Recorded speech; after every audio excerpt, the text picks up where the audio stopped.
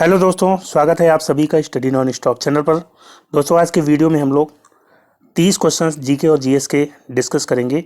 और ये जो है आपके लिए टेस्ट है। इस 30 क्वेश्चंस में देखिए कितने क्वेश्चंस आपको खुद से आते हैं और बाकी आंसर तो मैं बताऊंगा ही। तो 30 क्वेश्चंस में कितने क्वेश्चंस आपके सही होते हैं, ये स्कोर जो है आप कमेंट करके लास्ट में बताइएगा।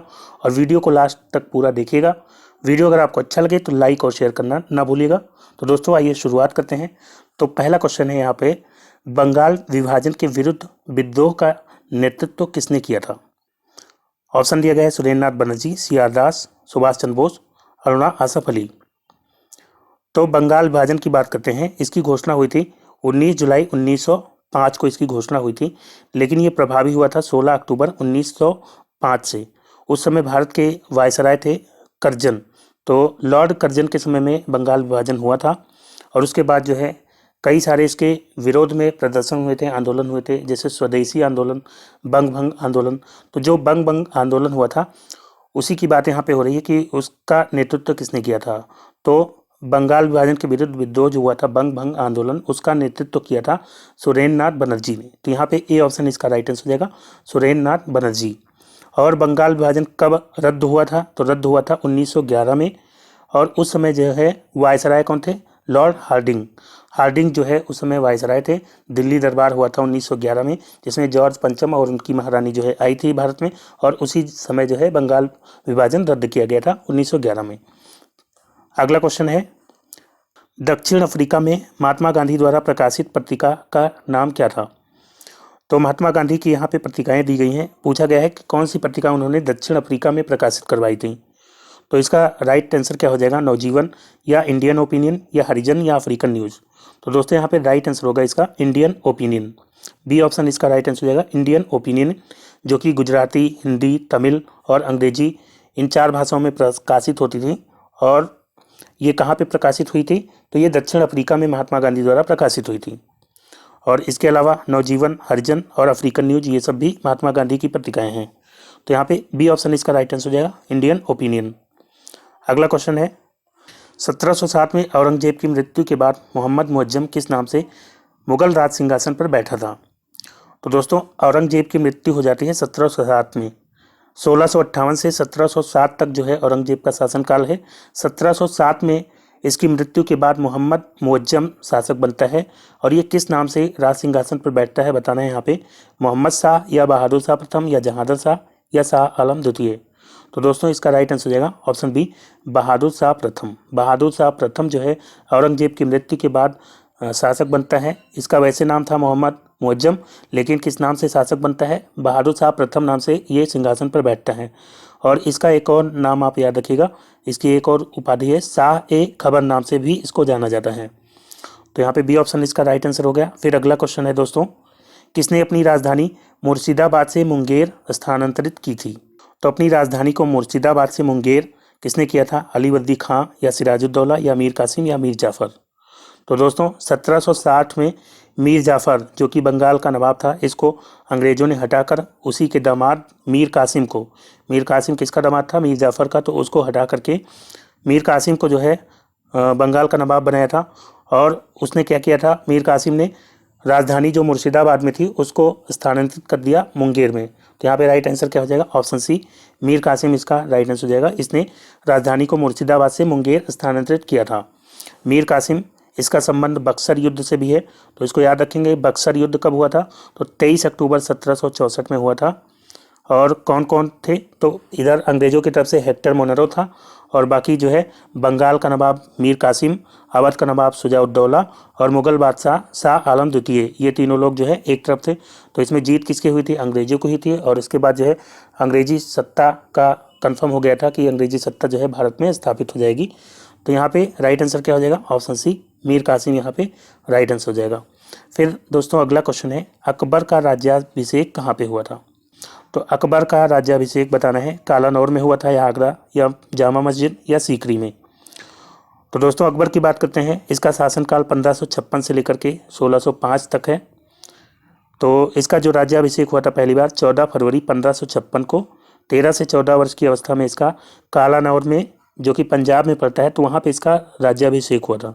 तो यहाँ पे ए ऑप्शन इसका राइट आंसर हो जाएगा, कालानौर। और किसने किया था इसका राज्याभिषेक? तो मिर्जा अबुल कासिम द्वारा किया गया था बैरम खां के संरक्षण में।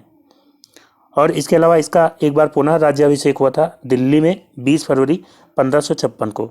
एक बार 14 फरवरी 1556 और एक बार 20 फरवरी 1556। तो कालन और पंजाब में पहली बार और दोबारा जो है दिल्ली में हुआ था। यहाँ पे ए ऑप्शन इसका राइट आंसर हो जाएगा। फिर दोस्तों अगला क्वेश्चन है, जैन ग्रंथ कल्पसूत्र के रचयिता कौन है?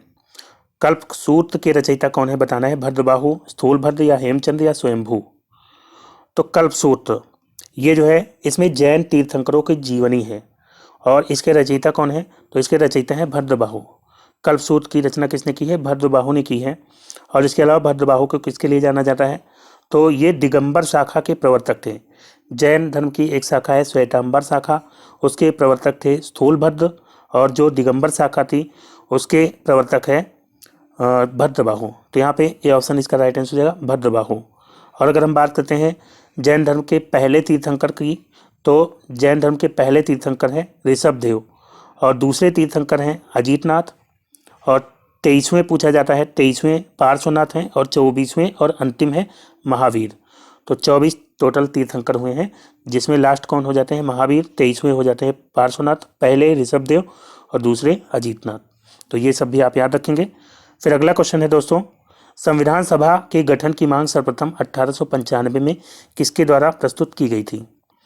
तो संविधान सभा के गठन की सबसे पहले मांग किसने की प्रस्तुत करी थी? महात्मा गांधी या जवाहरलाल नेहरू या बी आर अम्बेडकर या बाल गंगाधर तिलक? तो संविधान सभा के गठन की सबसे पहले मांग की थी बाल गंगाधर तिलक ने। यहाँ पे डी ऑप्शन राइट आंसर हो जाएगा, बाल गंगाधर तिलक। इन्होंने 1895 में संविधान सभा के गठन की मांग की थी। और इसके बाद जो है महात्मा गांधी ने 1922 में मांग की थी, लेकिन महात्मा गांधी ने संविधान सभा शब्द का प्रयोग नहीं किया था बल्कि स्वराज शब्द का प्रयोग किया था। इसके बाद जो है मोतीलाल नेहरू ने संविधान सभा की मांग की थी। फिर जो है 1934 में एम एन रॉय ने, और 1938 में कांग्रेस ने मांग की थी। और संविधान सभा इसका जो गठन हुआ था, ये अगर पूछा जाए कि किस योजना के तहत हुआ था, तो कैबिनेट मिशन योजना के तहत हुआ था। कब हुआ था? 1946 में। तो फिलहाल यहाँ पे राइट आंसर क्या हो जाएगा? बाल गंगाधर तिलक ने सबसे पहले संविधान सभा के गठन की मांग की थी 1895 में। फिर अगला क्वेश्चन है दोस्तों, भारतीय संविधान सभा ने भारतीय राष्ट्रीय ध्वज की रूपरेखा को कब अंगीकार किया था? तो यहाँ पे बताना है संविधान सभा के द्वारा जो हमारा भारतीय राष्ट्रीय ध्वज है तिरंगा, इसकी रूपरेखा को कब अंगीकार किया गया था? ऑप्शन है 23 जुलाई 1948, 22 जुलाई 1950, 22 जुलाई 1957 या 22 अगस्त 1947। तो दोस्तों इसका राइट आंसर हो जाएगा, जो हमारा भारतीय राष्ट्रीय ध्वज है इसको अंगीकार किया गया था 22 जुलाई 1947 को। तो सी ऑप्शन यहाँ पे राइट आंसर हो जाएगा 22 जुलाई 1947। और इसके अलावा याद रखेंगे जो हमारा राष्ट्रगान है और राष्ट्रगीत है, इसको संविधान सभा के द्वारा कब अंगीकार किया गया था? तो 24 जनवरी 1950 को राष्ट्रगान जो कि जनगण मन है और राष्ट्रगीत वंदे मातरम, इनको जो है अंगीकार किया गया था।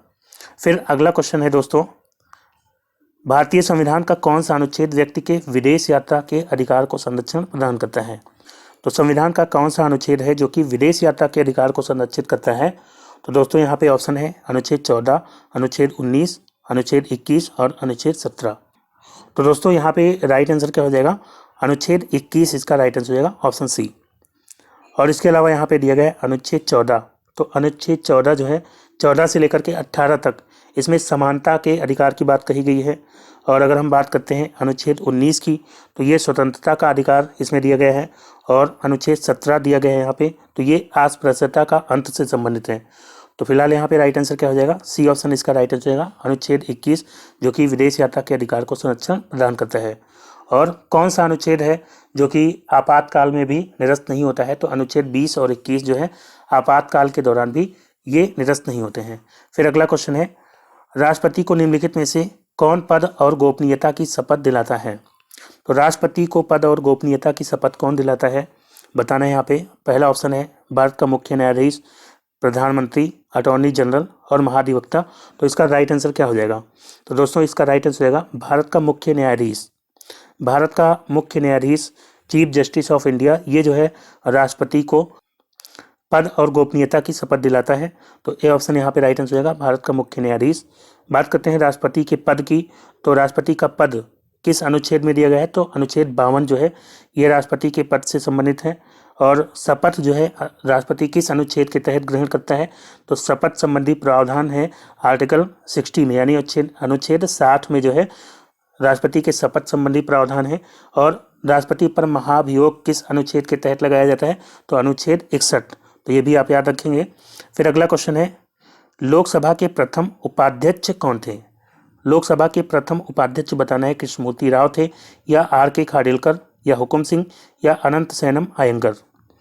तो दोस्तों लोकसभा के प्रथम अध्यक्ष की बात करते हैं तो अध्यक्ष तो थे जीवी मावलंकर, ये लोकसभा के पहले अध्यक्ष थे।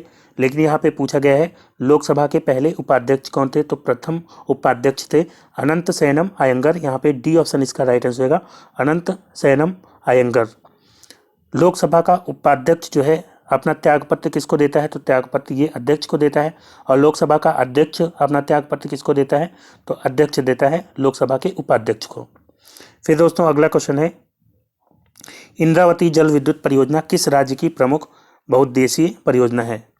तो इंद्रावती जल विद्युत परियोजना ये महाराष्ट्र की है, या गुजरात की, या उड़ीसा की, या तमिलनाडु की? तो दोस्तों इसका राइट आंसर हो जाएगा इंद्रावती जल विद्युत परियोजना ये ओडिशा में है। सी ऑप्शन यहाँ पे राइट आंसर हो जाएगा। ओडिशा में कालाहांडी में ये इंद्रावती जल विद्युत परियोजना है। तो सी ऑप्शन यहाँ पे राइट आंसर हो गया। और इसके अलावा याद रखेंगे कोयना जल विद्युत परियोजना। तो कोयना जल विद्युत परियोजना कहाँ की है? ये है महाराष्ट्र की। श्री सेलम जल विद्युत परियोजना ये कहाँ की है? तो ये है आंध्र प्रदेश की। और इसके अलावा नाथपा झाकड़ी काफ़ी इंपॉर्टेंट है, नाथपा झाकड़ी जो कि सतलज नदी पर है। और ये कहाँ पे है? तो नाथपा झाकड़ी परियोजना ये है हिमाचल प्रदेश में।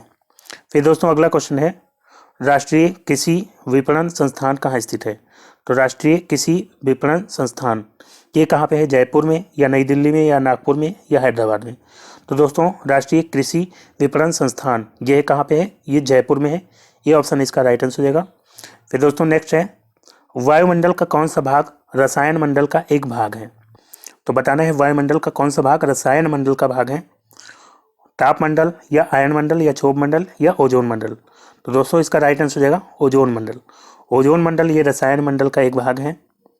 और इसके अलावा बात करते हैं क्षोभ मंडल की। तो क्षोभ मंडल इसमें मौसम संबंधी सभी घटनाएं होती हैं, और ये वायुमंडल की सबसे निचली परत होती है।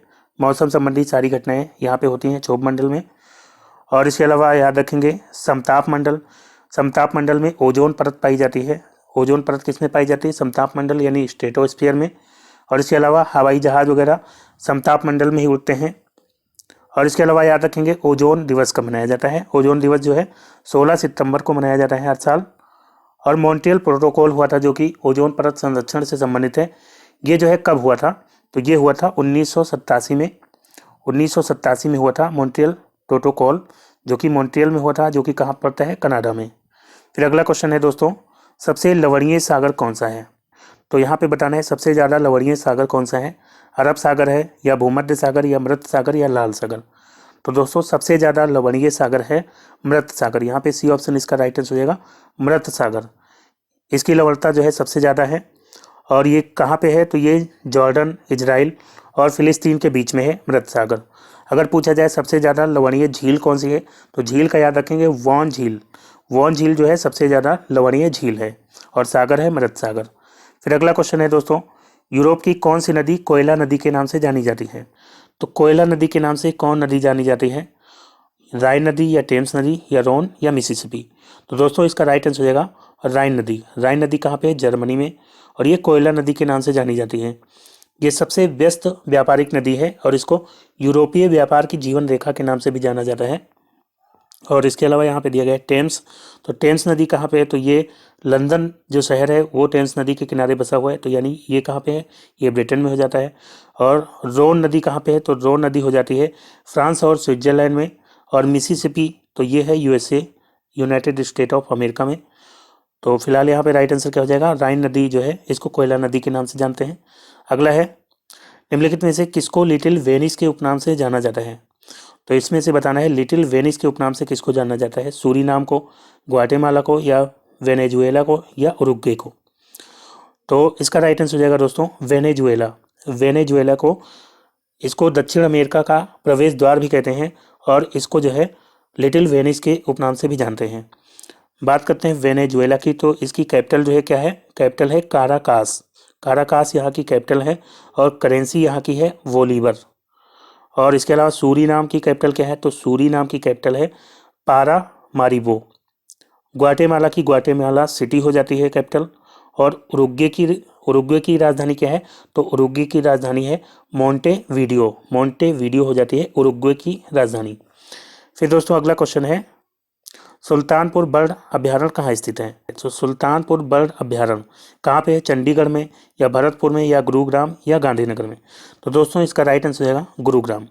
सुल्तानपुर बर्ड अभ्यारण्य कहाँ पे है, गुरुग्राम में है, गुरुग्राम हरियाणा में। और इसके अलावा आप याद रखेंगे सरिस्का पक्षी विहार। सरिस्का पक्षी विहार कहाँ पे, तो ये राजस्थान में है। नल सरोवर पक्षी विहार याद रखेंगे कहाँ पे है, गुजरात में। केवलादेव घाना पक्षी विहार ये कहाँ पे है, तो ये भरतपुर राजस्थान में है। फिर अगला है दोस्तों, आवो जनजाति कहाँ से संबंधित है। तो आवो जनजाति कहाँ से संबंधित है, मेघालय से या असम से या नागालैंड से या त्रिपुरा से। तो दोस्तों आवो जनजाति ये संबंधित है असम से। यहाँ पे बी ऑप्शन इसका राइट आंसर होगा असम। और इसके अलावा असम की और कुछ जनजातियां हैं जो कि प्रमुख है, चकमा, दिमासा और कछारी। चकमा, दिमासा और कछारी ये भी असम की जनजातियां हैं, तो इनको भी याद रखेंगे। फिर दोस्तों नेक्स्ट क्वेश्चन है, थीन बांध किस नदी पर बनाया गया है। थीन बांध की बात करते हैं, किस नदी पर है, रावी नदी, व्यास नदी, झेलम नदी या चिनाव। तो दोस्तों थीन बांध है रावी नदी पर। ए ऑप्शन यहाँ पे राइट आंसर हो जाएगा रावी नदी। और व्यास नदी पे आप याद रखेंगे पोंग डैम जो है ये व्यास नदी पर है। और झेलम नदी पर याद रखेंगे तुलबुल परियोजना है झेलम नदी पर। चिनाव नदी पर भी याद रखिएगा दुलहस्ती परियोजना है चिनाव नदी पर। फिर अगला क्वेश्चन है, कर्मा लोक नृत्य भारत के किस राज्य में प्रचलित है। तो कर्मा लोक नृत्य ये कहाँ पे है, तो ये जो है प्रचलित है छत्तीसगढ़ में। तो यहाँ पे राइट आंसर क्या हो जाएगा, ऑप्शन ए छत्तीसगढ़ यहाँ पे इसका राइट आंसर होगा। इसके अलावा जो है छत्तीसगढ़ के कुछ नृत्य हैं जैसे कि सुआ, चंदेनी, सैला और पांडवानी। तो इनको भी याद रखेंगे, सुआ, चंदेनी, सैला और पांडवानी ये भी छत्तीसगढ़ के लोक नृत्य हैं। फिर दोस्तों अगला क्वेश्चन है, उस्ताद मंसूर खां किस मुगल शासक के काल के प्रसिद्ध चित्रकार थे। तो यहाँ पे बताना है उस्ताद मंसूर खां किस मुगल शासक के काल के चित्रकार थे, अकबर या जहांगीर या शाहजहां या औरंगजेब। तो दोस्तों इसका राइट आंसर हो जाएगा ऑप्शन बी जहांगीर। जहांगीर का समय जो है चित्रकला का स्वर्णकाल कहा जाता है। और इसमें जो है कई चित्रकार थे जैसे कि फारूक बेग, दौलत मनोहर और बिशन दास, अबुल हसन, ये सब जहांगीर के समय के जो है चित्रकार थे। और इसमें उस्ताद मंसूर खां काफ़ी फेमस थे जो कि पशु पक्षियों का चित्रण किया करते थे। तो यहाँ पे राइट आंसर क्या हो जाएगा, उस्ताद मंसूर खां किस मुगल शासक के काल के चित्रकार थे, तो ये जहांगीर के काल के प्रसिद्ध चित्रकार थे। फिर दोस्तों अगला क्वेश्चन है, निम्नलिखित में से कौन सा मंदिर ओडिशा में स्थित नहीं है। तो ओडिशा में कौन सा मंदिर बताना है स्थित नहीं है, तो जगन्नाथ मंदिर ये कहाँ पे है, तो ये पूरी उड़ीसा में है। और फिर है सूर्य मंदिर, सूर्य मंदिर कहाँ पे, ये भी उड़ीसा में है, कोणार्क में। कोणार्क का सूर्य मंदिर जिसको ब्लैक पैगोडा के नाम से भी जानते हैं। लिंगराज मंदिर भी कहाँ पे, ओडिशा में। लेकिन यहाँ पे बी ऑप्शन है विश्वनाथ मंदिर, ये कहाँ पे, तो ये काशी में है। तो यही इसका राइट आंसर होगा ऑप्शन बी विश्वनाथ मंदिर। फिर दोस्तों अगला क्वेश्चन है, रेडियो धर्मिता किससे नापी जाती है।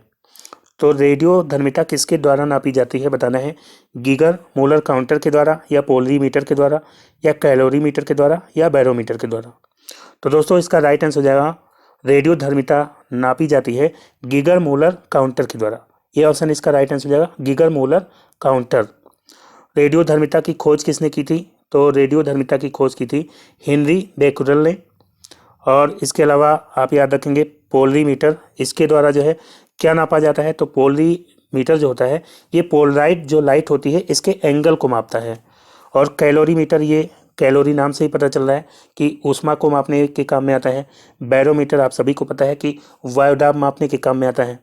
फिर दोस्तों अगला क्वेश्चन है, कोयले की विभिन्न किस्मों में किसमें कार्बन की प्रतिशत मात्रा सर्वाधिक होती है।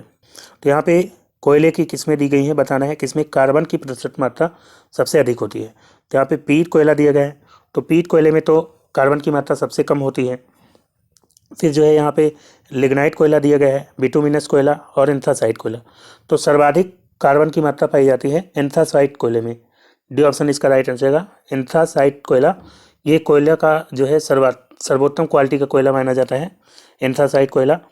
और इसमें जो है कार्बन की प्रतिशत मात्रा 90% से अधिक होती है, तो इसमें जो है सर्वाधिक मात्रा होती है। फिर उसके बाद बिटुमिनस में होती है। बिटुमिनस कोयला ये भारत में जो है सबसे ज़्यादा कौन सा कोयला पाया जाता है, तो बिटुमिनस कोयला ये भारत में सर्वाधिक पाया जाता है। और फिर उसके बाद जो है लिग्नाइट कोयले में कार्बन की प्रतिशत मात्रा होती है, और सबसे कम किस में होती है, पीट कोयले में।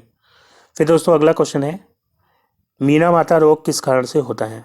तो मीना माता रोग ये किससे होता है, पारा से या सीसा से या कैडमियम से या जस्ता से।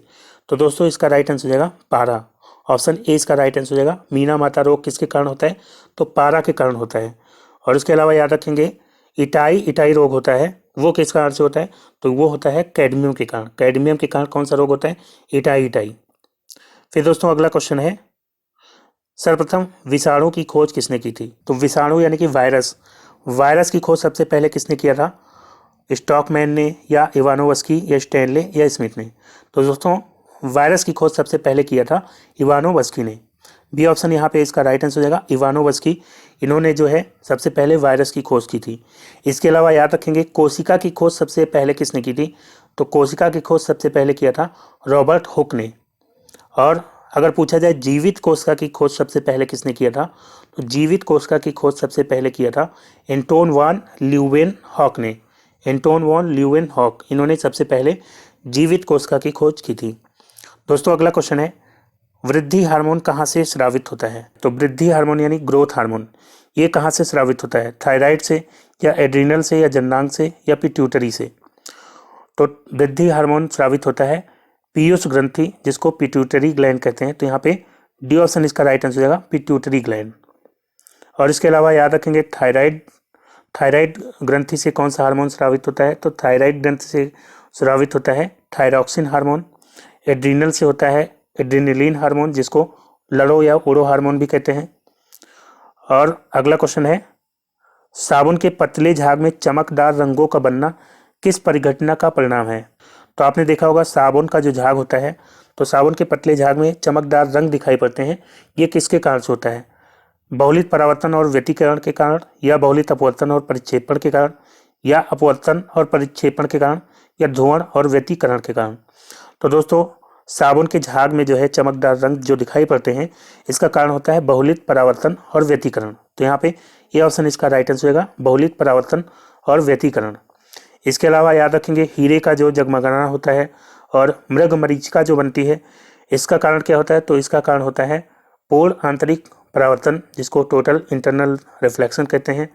और आकाश का नीला दिखाई देना, इसका कारण क्या होता है, तो प्रकीर्णन के कारण, प्रकाश का जो प्रकीर्णन होता है उसके कारण आकाश नीला दिखाई देता है। फिर दोस्तों अगला क्वेश्चन है और लास्ट क्वेश्चन है, एजरा कप का संबंध किससे है। तो एजरा कप इसका संबंध किस खेल से है बताना है। ऑप्शन दिए गए हैं पोलो, हॉकी, फुटबॉल और नौकाचालन। तो एजरा कप जो है ये पोलो से संबंधित है, तो यहाँ पे ये ऑप्शन इसका राइट आंसर होगा पोलो। पोलो में कितने खिलाड़ी खेलते हैं, तो पोलो में याद रखेंगे 4 खिलाड़ी पोलो में खेलते हैं।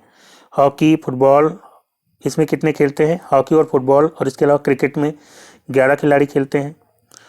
और हॉकी से संबंधित कप आप याद रखेंगे आगा खां कप, और इसके अलावा ध्यानचंद ट्रॉफी, ये जो है हॉकी से संबंधित होते हैं। और फुटबॉल से संबंधित जो है डूरन कप याद रखेंगे, रोबर्स कप और संतोष ट्रॉफी, ये फुटबॉल से संबंधित प्रमुख कप है। नौका चालन से संबंधित आप याद रखेंगे नेहरू ट्रॉफी, ये नौका चालन से संबंधित होती है। तो दोस्तों आज का वीडियो यहीं पे समाप्त करता हूँ। वीडियो कैसा लगा आपको कमेंट करके जरूर बताइएगा, और अगर आपको वीडियो अच्छा लगा हो तो लाइक और शेयर करना ना भूलिएगा। और जिन दोस्तों ने अभी तक चैनल को सब्सक्राइब नहीं किया है, चैनल को सब्सक्राइब करके नोटिफिकेशन बेल को ऑन कर लीजिए, ताकि नेक्स्ट वीडियो अपलोड होते ही उसका नोटिफिकेशन आपको सबसे पहले मिल जाए। तो दोस्तों मिलते हैं अगले वीडियो में, तब तक के लिए good bye and take care.